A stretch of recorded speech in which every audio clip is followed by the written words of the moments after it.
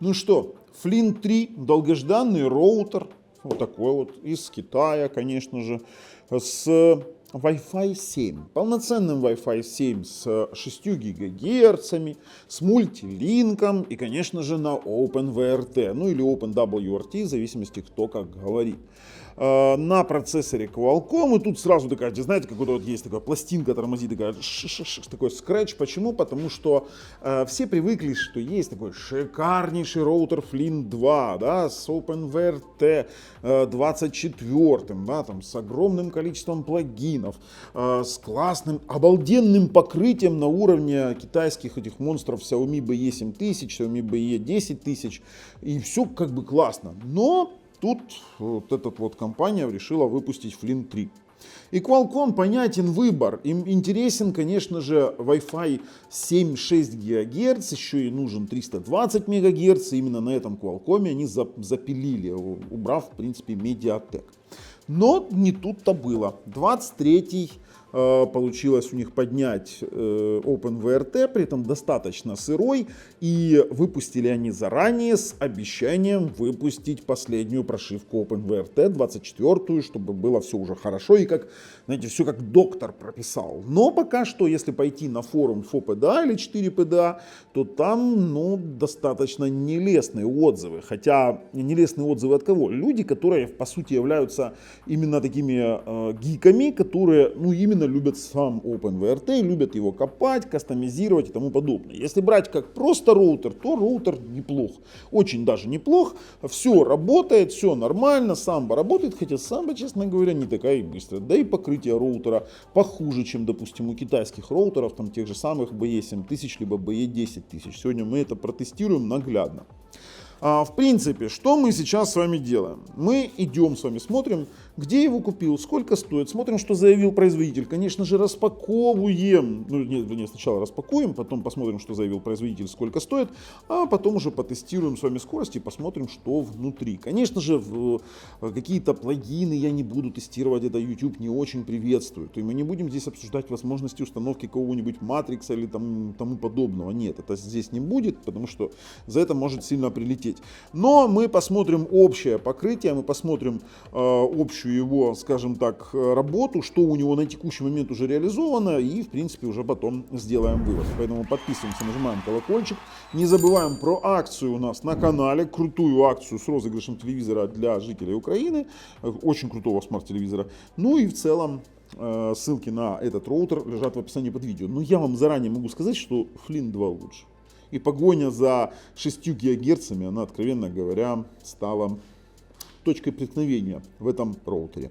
Хотя роутер действительно, знаете, для базового пользователя он неплох, но только для базового. Поехали.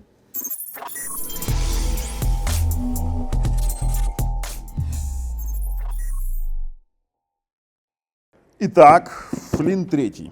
3 банд, 3 банда, Wi-Fi 7 роутер. Короче, давайте его открывать. Конечно же, уже сорвал пломбы. Ну да ладно, это уже такое дело. Сейчас мы с вами все увидим, если что. Пока не читаем, что на коробке написано. 100 раз одно и то же читать не хочется. Оба-на! JL-iNet. Интересно конкретно его внешний вид. Инструкции. Это сразу мы откладываем. Блок питания. 48 ватт, 12 вольт, 4 ампера. Огромное спасибо именно за вот эти вот переходнички. Один у нас выпал. Ага, вот он. Все, пожалуйста. То есть вставляются таким вот образом. Оп, все есть. Огонь. Патчкорд самый обыкновенный. И, конечно же, вот такой вот роутер. Блин, очень напоминает Flint 2. Сейчас мы отложим. Открыли. Антенки. Смотрите, 4 антенны, поворотные на 180 градусов. Вот так вот.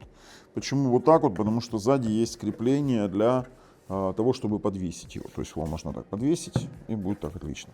Смотрите, какой дизайн под Optimus Prime. Да? Такие черты чуть-чуть угадываются. Есть такой, он такой шершавый, прикольный. Теперь сзади порты все 2,5 гигабитные, WAN 2,5 гигабитные, 4 LAN порта 2,5 гигабитных. Есть у нас USB 3, который я не сразу нашел, когда первый раз увидел.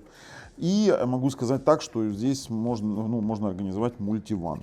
Резиновые прикольные ножки, он очень тяжелый, тут, потому что это Qualcomm, все-таки пришлось реализовывать нормальное охлаждение. Слушайте, как держится прикольно, кстати, подложить на нож. Так, все, ребят, подключаем и идем, уже смотрим, что там и как он работает.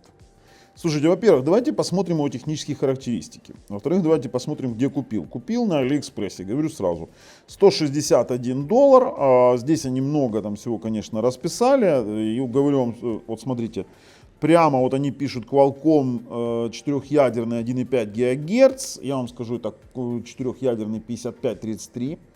А тут, слушайте, у нас характеристики ж есть на этом. Зачем мы морочимся себе? И это 4-ядерный Qualcomm 5322, 4 ядра по 1,5 ГГц. В принципе, ничего нового для нас. Ожидаемо было. Выбор такой себе. Теперь DDR4 1 гигабайт, на eMMC 8 гигабайт. То есть по факту ОЗУ 1 гигабайт, хранилище у нас флеш 8 гигабайт. Для чего 8 гигабайт? Для различных плагинов, которые сюда можно устанавливать. До 2,5 гигабит, само собой, 2,8 гигабит в 5 ГГц, 5765 в 6 ГГц. Для чего, не понимаю, если учитывать то, что он у нас 2,5 гигабитный. И теперь поехали. Основные хайлайты, конечно, о том, что он трехбандный. То, что у него есть и мультилинк, и у него есть и Wi-Fi 6 ГГц, и мультиван, и МЛО, но нет меш-сетей. Опа, и такие стопе, а где меш-сети? OpenVPN, WireGuard, Cloudflare, IPv6. И вы не знаете, что заявляют, что WireGuard через Ethernet до 680 мегабит работает. И OpenVPN до 680 с DCO работает тоже. Это очень классно, действительно.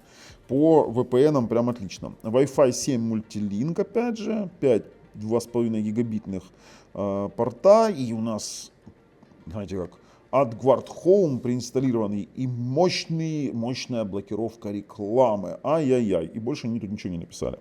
А на самом сайте очень интересно посмотреть, что они тут нам интересного расскажут.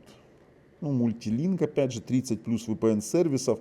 Это все красиво написано. Насколько он покрывает, насколько он хорошо работает, непонятно. Сейчас будем смотреть с вами. Так, мультилинк. То же самое. 124 плюс девайса выдерживает. VPN, в основном, видите, упор на VPN и на OpenVRT. Но без OpenVRT 24-го все это не имеет смысла. Ладно. Переходим сразу, тестируем покрытие, мощность Wi-Fi, а потом уже посмотрим, что у него там в самом интерфейсе управления. Ссылки закинул в описании под видео, там, где покупал сам на AliExpress. Вот сюда, вот, кстати, еще и промокодик закинул, если вы на aliexpress.com закупаетесь. Так, начнем конкретно с теста Wi-Fi. Смотрите, 2882 сейчас мегабит коннект на частоте 5 ГГц. В Украине 6 ГГц по гео не работают смартфоны, ни Pixel не завелся, ни OnePlus 13. Но тут именно к роутеру нет вопросов. Роутер 6 ГГц отдает, тут у нас конкретно территориально. Теперь мы с вами сразу же тестируем возле роутера скорость, которая базовая, да, и потом посмотрим на отдалении, что у нас получится. Я вам скажу, максимально, что я здесь видел, 2 гигабита. Ну вот мы здесь сейчас и подбираемся. Это в непосредственной близости.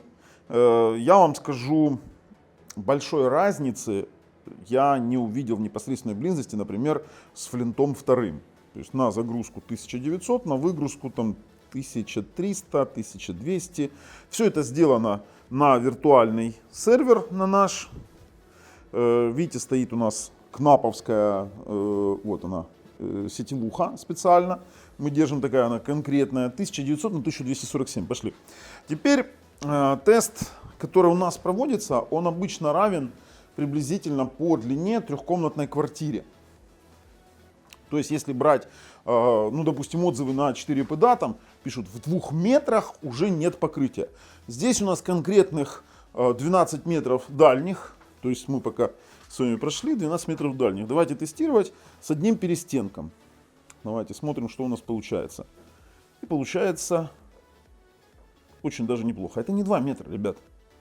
То есть я не принимаю, допустим, в расчет, что там пишут, например, на ФОПДА по дальности покрытия. По дальности покрытия он примерно такой же, как, например, как бы сказать, BE5000 от Xiaomi. Он хуже, чем BE7000, он однозначно хуже, чем Flint 2, потому что здесь мы имеем 929 и на отдачу 470.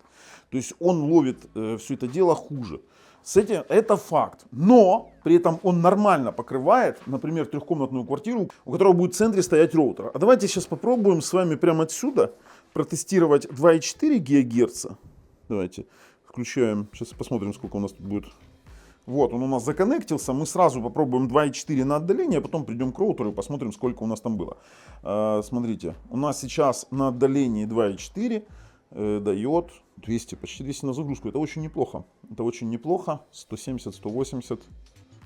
Ждем. Ждем. На 100. Это неплохо. Это действительно неплохо. Вот как для 2,4 на отдалении, это очень неплохо. Середнячок.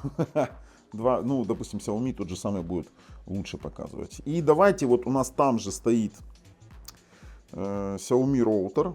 Правда, BE 10000, но есть одно но. Мы сейчас с вами посмотрим по зоне покрытия. 2,4.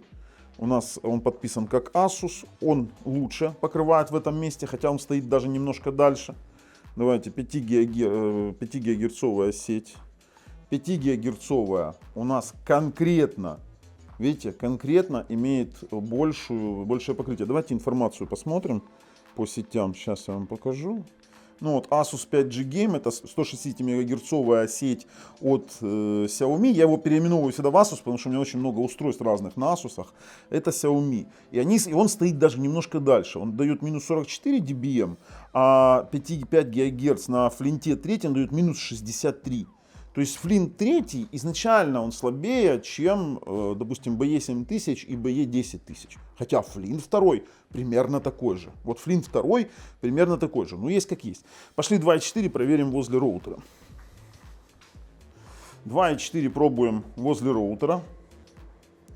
И здесь мы видим ожидаемо высокий, хороший результат. Давайте смотрим. Хотя, видите, у нас он переходил по ширине канала. Давайте 300 мегабит на загрузочку. Ну, 308. Смотрим на ровность. 308 на 140. Ну вот, кстати, в 2.4 конкретно хреновасто падение. Да и в принципе в 5 ГГц. У нас на такой дистанции не должно падать меньше, чем на 60%. А у нас на отдачу больше, вернее больше, чем на 60% не должно падать. А у нас на отдачу больше, чем на 60% упало. Если на загрузку примерно 60% и выходит, да, там при 50-60, то это нормально, то на отдачу, ну, такая вот ситуация. Если вы мне не верите, смотрите, мы можем стать на открытой видимой части. Вот, смотрите, мы стоим, вот, а ну, лисичка, иди сюда, пожалуйста, с этой стороны. Вот мы стоим, вон BE 10000 там стоит, этот BE-шка стоит тут. Давайте посмотрим по dBm, сколько какой. Минус 24 у нас показывает BE 10000 и минус 32 показывает Flint 3. Это прямая видимость в пределах одной комнаты. Прямая видимость. При этом у Flint стоит на максимальный трансмиттер Power. TX Power, короче, скажем так. Ну, есть как есть. То есть этот тест, скажем так, он прошел. Он неплох по покрытию, но он хуже, чем роутеры Xiaomi и хуже конкретно, чем Flint 2. А теперь мы тестируем с вами вот эти вот его WAN и LAN порты. То есть сейчас у нас заведен сервер на виртуальный сервер через 10-гигабитный КНАП. У нас через 2,5 гигабитные EDMAX, одни из лучших, мы тестируем порты. И мы здесь получаем с вами, ну, должны получить 2,5 гигабита, либо 2,3, 2,5. С учетом того, что есть какой-то там у нас блуждающий трафик, на отдачу будет показывать. 1928, да, это 2,5 гигабитные порты, тут как бы вопросов нет. 2, 1, 2 и 2.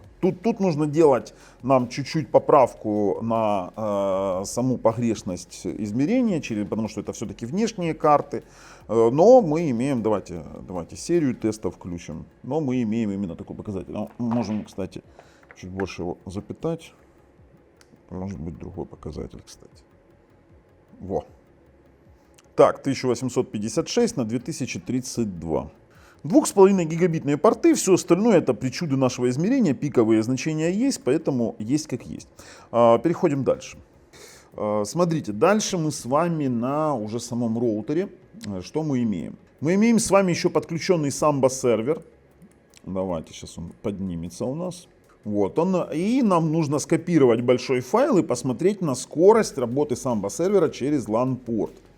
Давайте скопируем, вот у нас есть большой 1,5-гиговый файл, копируем и получаем с SSD диска, с быстрого SSD 67-68 мегабайт в секунду, 60 мегабайт.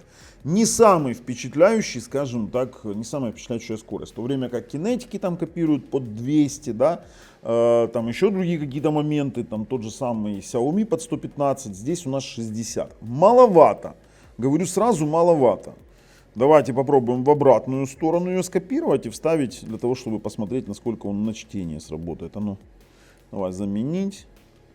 Ну, получили пиковое 85, стартанули, те же самые 60 мегабайт в секунду. Чтобы вы понимали, что такое 60 мегабайт в секунду, не мегабит, а мегабайт, то 60 умножить на 8, это будет 480 мегабит. Слабо. Вот честно вам скажу, слабо. Тут я расстроен, хотя если использовать DLNA сервер, то тут, в принципе, у вас вопросов не будет. А ну, интересно мне, Windows Media Player запустим и посмотрим. Да, вот DLNA сервер я вижу. Давайте видеозаписи посмотрим. Все видеозаписи. Да, DLNA работает. А ну, давайте сейчас. Тот же самый LG New York 4K запустим. Все работает. Хорошо. То есть у меня вопросов нет. DLNA работает, все работает. Давайте посмотрим, что у нас вообще здесь есть. Чем же все-таки этот интересен роутер? Первое, что могу сказать, что в овервью мы с вами можем увидеть, что это у нас все-таки OpenVRT 2305. Snapshot это не вернее как, это OpenVRT, но хотелось бы увидеть, как на Флинте 2 24-ю версию, и они обещают. Вот я думаю, что после обновления, когда они все-таки допилят, то здесь появится у нас немножко больше скоростей, немножко более стабильности и, конечно же, больше возможностей. Таймзон меня уже вывела из какого-то, я не знаю, меня доводит до истерики, потому что бы я ему ни ставил, он в любом случае ругается на том, что он несовместим с моей, вернее, не совпадает с моим браузером. Хотя у меня на браузере стоит GMT плюс 2. То есть я не знаю почему. Ну, и все равно он выбивает какую-то ошибку. Давайте GMT плюс 3, возможно, с зимним временем. Все равно нифига не работает. Ну да ладно, выдает, да и выдает. Что у нас, давайте еще в овервью мы можем с вами увидеть. Мы можем переключить на USB 2 и USB 3 наше хранилище, которое подключено через USB-шку. У нас есть поддержка и NTFS, и XFAT. Это очень хорошо, но тут как бы ничего удивительного. Давайте пойдем по порядку. Сразу видим, что можно включить AdGuard, да, AdGuard Home. Можно включить поддержку IPv6 и можно же, конечно, поработать с VPN. Как VPN-клиент он может работать с очень большим количеством различных конфигураций и, конечно же, с различными настройками. Но про VPN не очень-то сильно сейчас в YouTube хочется распространяться, кроме того, что здесь есть еще и Tor. Вот это вот серьезно. Это вот технология, которую они, скажем так, мигрировала сюда с Onion роутеров, и она здесь тоже поддерживается. Кто не знает, пожалуйста, погуглите. Tor это очень прикольные луковичные сети, как их называют, да, там по-своему. Ethernet. По Ethernet у нас есть возможность подключиться DHCP, статический PPP, OE. В принципе, все абсолютно стандартно. Есть у нас возможность работы в качестве репитера, есть у нас возможность работы от, допустим, точки доступа, да, если мы подключим USB модем, и тезеринг, конечно же. в режиме модема, да, то есть у нас есть возможность подключить сюда смартфон.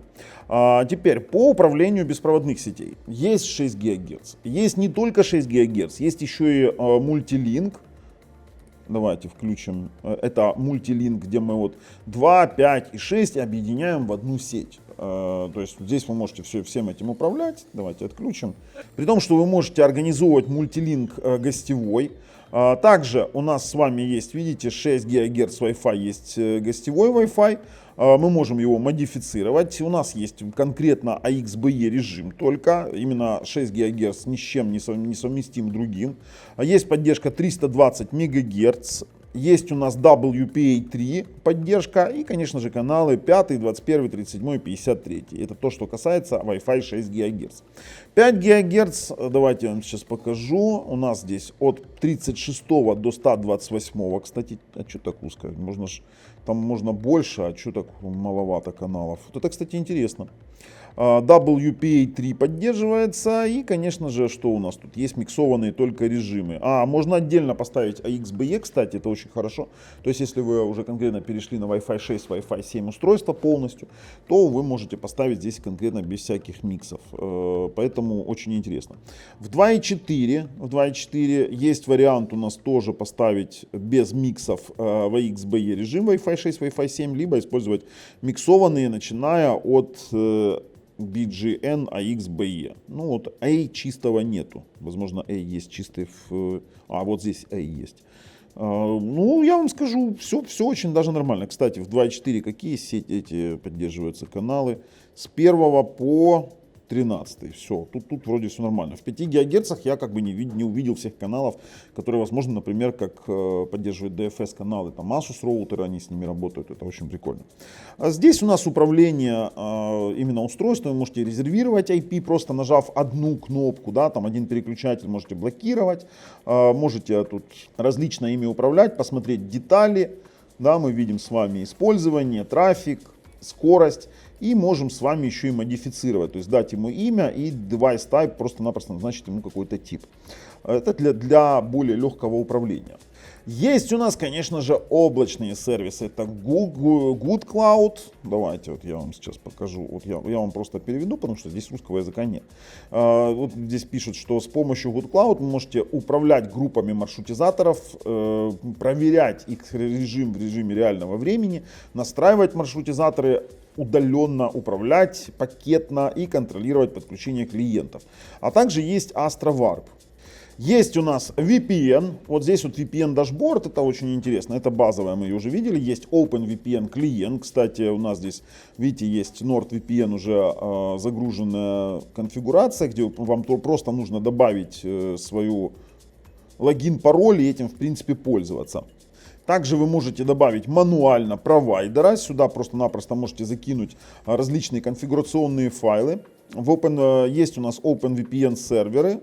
Здесь мы можем сгенерировать конфигурацию, ну в частности мы имеем в виду здесь конфигурация OpenVPN. Есть у нас также WireGuard клиент, у нас даже тут прописаны уже некоторые различные сервисы по типу Azure, IPVanish, Nord, Surfshark. Ну короче, можете использовать даже мануально, тут сами для себя сделать. Тут как бы тоже все абсолютно прикольно. Есть у нас WireGuard сервер, можете сделать. Также есть Tor, про что мы говорили. Теперь приложения, плагины. Да, здесь можно устанавливать плагины, которые будут совместимы, и плагинов существует огромное количество. Не цель данного обзора вам рассказывать про плагины, которые существуют для данной операционной системы, конкретно для OpenWrt, либо OpenWrt. Также у нас есть тут динамический DNS, у нас есть, кстати, вот смотрите на плагинах. Вот, например, мы можем с вами найти торрент-клиенты. Как пример, вот, пожалуйста, mini-DLNA, различные сервера. Тут, в принципе, огромное количество различных плагинов. Вы можете с ними работать, да, и чего-то там с ними делать. Ну, опять же, идем, читаем, изучаем, это не тема, допустим, обзора этого роутера. Есть поддержка DDNS, у нас есть управление именно Network Storage, это имеется в виду хранилищем, да, которое подключено, мы конкретно обозреваем сегодня на 4.8.1, кстати, забыл сказать. NTFS поддержка, есть поддержка XFAT. При этом у нас есть Samba, у нас есть, кстати, можно включить поддержку Samba через WAN, если у вас есть белый IP. У нас есть поддержка WebDAV, DLNA, где мы можем назначать вот эти вот самые папки. У нас есть зашаренные папки, при этом здесь можно даже делать, смотрите, шарить конкретно линки, можно назначать, допустим, тех же самых пользователей, read-write юзеров, которые могут читать такое базовое какое-то администрирование. И можно еще и экстра протоколы добавлять, допустим, сюда в эту же самбу, там, допустим, там WebDAV протокол добавить. Ну и, конечно же, можем создавать различных пользователей, именно их модифицировать, но здесь нет ролей. Также у нас есть, видите, поддержка AdGuard, есть у нас родительский контроль, но он такой себе, я вам скажу, очень-очень базовый, ничего интересного. О, есть у нас Zero Tier, или Tier по разных языках, на разном можно говорить по-разному. Но он создает безопасные виртуальные P2P Ethernet соединения, к которым можно получить доступ отовсюду. Это вот очень классная тема тоже. И примерно то же самое Tailscale. Так что видите, у нас есть тут огромное количество каких-то вещей, даже несмотря на те отзывы, которые есть на этот роутер. Поддержка демилитаризованных зон, есть мультиван, кстати, есть у нас управление LAN, тоже абсолютно стандартное, управление гостевыми сетями, DNS, порт менеджмент, кстати, здесь очень даже неплохо, режим работы вашего роутера в виде точки доступа, экстендера, WDS, IPv6, ускорение сети, да ладно, аппаратное у нас ускорение, есть управление NAT и в принципе все. В системе мы уже видим здесь overview, апгрейды, различные логи, безопасность, сброс прошивки и тому подобное. Ну и, конечно же, конфигурационный интерфейс для OpenVRT. Об этом сегодня точно говорить не будем. Он просто существует, но в этом всем нет смысла на сырой прошивке. Говорю сразу, вы можете заморочиться. Многие жалуются на то, что у них торрент слабовато тянет. Многие жалуются, что при этом сравнивая с одними и теми же конфигурациями на разных роутерах. Многие жалуются на то, что у них Wi-Fi как-то не так покрывает. Я по Wi-Fi вот не соглашусь. Он просто слабее, чем во Флинте 2. Но я надеюсь на обновление прошивки. Слушайте, ну по тестам в принципе все. Бегло показал, что есть. Ну, будем переходить уже делать с вами выводы. В качестве выводов скажу. Вот знаете, я некоторое время пользовался Флинтом 2, и у меня был даже домашний обзор, он мне очень сильно понравился. Флинт 3 я хотел оставлять себе, но не буду. Вот не буду. Будет прошивка новая, будем разговаривать. Я все-таки гик, мне надо поколупаться, мне надо полазить, да и скорость по самбо серверу меня, откровенно говоря, не устроила. В то время как аналоги гоняют по 200 мегабайт на секунду, именно имеется в виду именно мегабайт, не мегабит, то здесь, дай бог, 60-70, если будет, и то хорошо. Если уже говорить про какой-то мультиконнект, то уже там будет все совсем печально. Да, неплохо, что есть 2,5 гигабита все порты, это неплохо. Хорошо, что есть 6 ГГц, которые у меня в Украине, к сожалению, смартфоны по гео не работают. Но есть компы, которые 6 ГГц. Но как протестировать эту скорость, как реализовать, ну это уже такое дело. Поэтому ждем последнюю прошивку. Я верю, что этот роутер имеет... Я верю, что этот роутер имеет огромный запас потенциала. То есть, когда выйдет прошивка, они допилят. Флинт 2 допиливали до нормального состояния от полугода до года. Да, и на будущее он будет действительно топовым. Я его могу рекомендовать на текущий момент для непритязательных пользователей, для гиков. Ждем, ребята, ждем новую прошивочку. С вами был Бабл на канале Технозон. Пока.